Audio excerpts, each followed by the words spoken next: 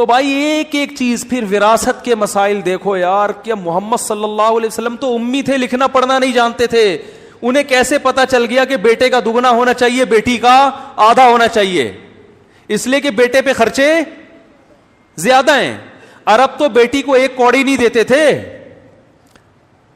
ایک طرف غلو یہ تھا کہ بیٹی کا وراثت میں حصہ نہیں ہے, دوسری طرف انگریز نے بیٹی اور بیٹے میں کیا کر دیا؟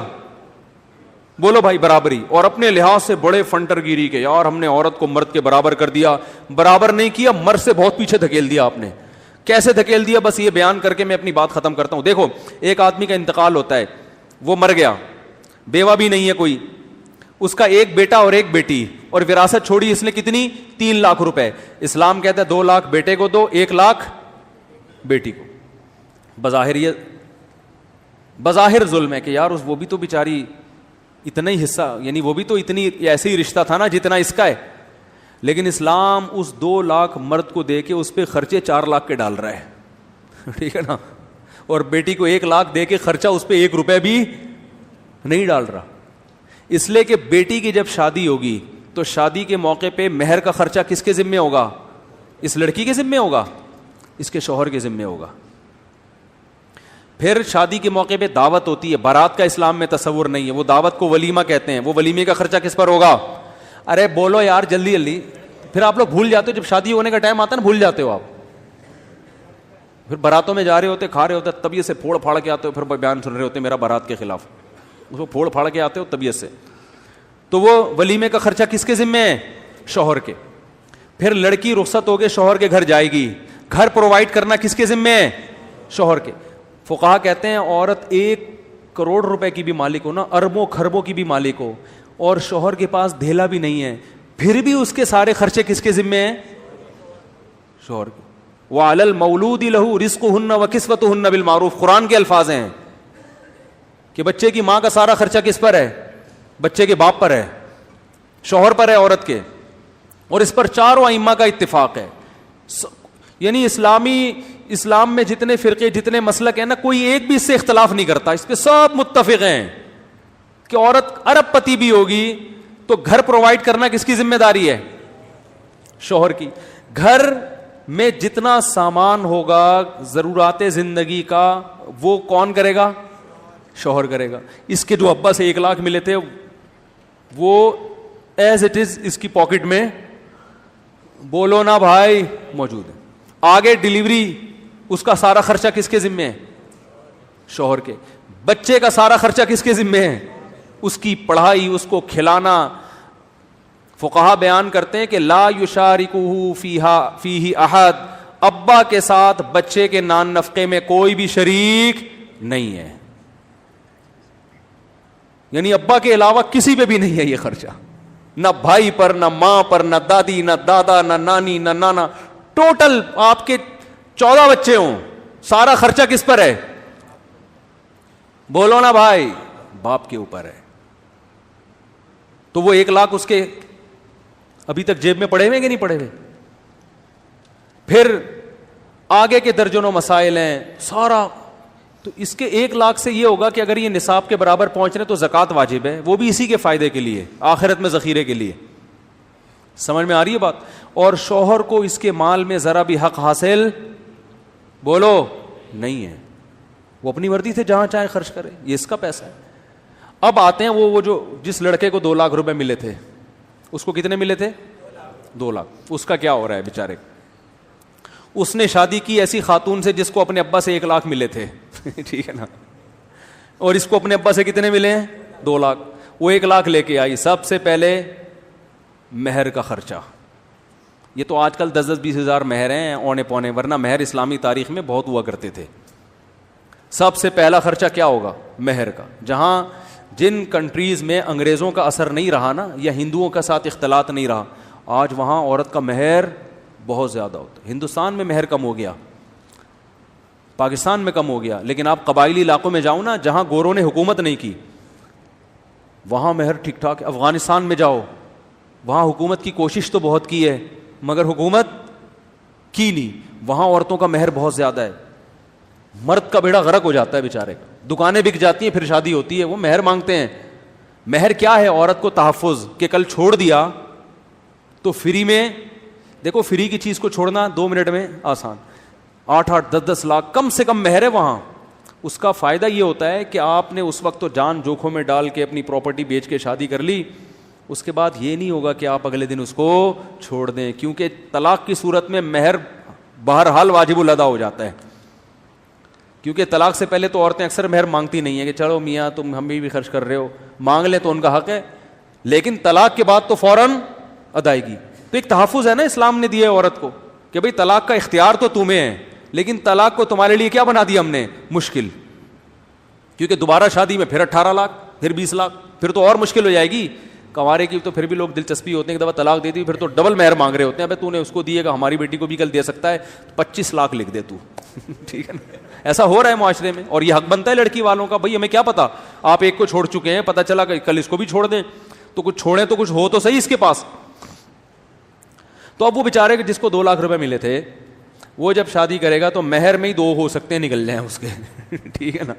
چلو نہیں نکلے، اس کے بعد نان نفقہ، پھر خرچہ، پھر بچوں کے اسکول کی فیسیں، بچوں کا سارا خرچہ. تو اسلام نے اس کو 2 دے کے لیے کس سے؟ لیے 2 کروڑ روپے اس سے، اور عورت کو 1 لاکھ دے کے اس پہ ذمہ داری کچھ بھی نہیں ڈالی سوائے زکوٰۃ اور قربانی کے. وہ بھی نصاب تک اگر مال پہنچ رہا، وہ بھی اس کا حق ہے کہ وہ عبادت کرنے کا تو اس کا بھی دل چاہتا ہے نا. تو کیسا اعتدال. اور پھر مرد پہ یہ ذمہ داریاں ڈال کے پھر عورت کو اتنا حکم دیا ہے کہ جب یہ مکھنچو اتنا تم پہ خرچ کر رہا ہے تو تھوڑا سا اس کی اطاعت کر لو. تم غلامی نہیں کرو، اطاعت کرو. اطاعت الگ چیز ہے، غلامی الگ چیز ہے. فرما بردار بن جاؤ اس کا.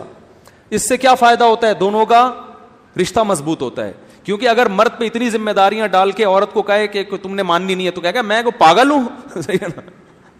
میں گدھا بن کے سب کچھ کر رہا ہوں میں، اور چلے گی میری نہیں. تو اس سے رشتے کیا ہوں گے؟ ٹوٹیں گے. یہی وجہ ہے کہ انگریزوں کے ہاں شادیاں کامیاب بہت کم ہوتی ہیں.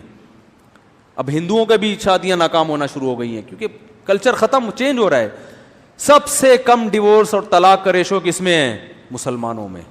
حالانکہ اسلام میں طلاق صرف زبان سے ادا ہو جاتی ہے، کتنی آسان ہے، پھر بھی ریشو بہت کم ہے. کچھ کوالٹیز ہیں اسلام کی جس کی وجہ سے نہیں ہو رہی.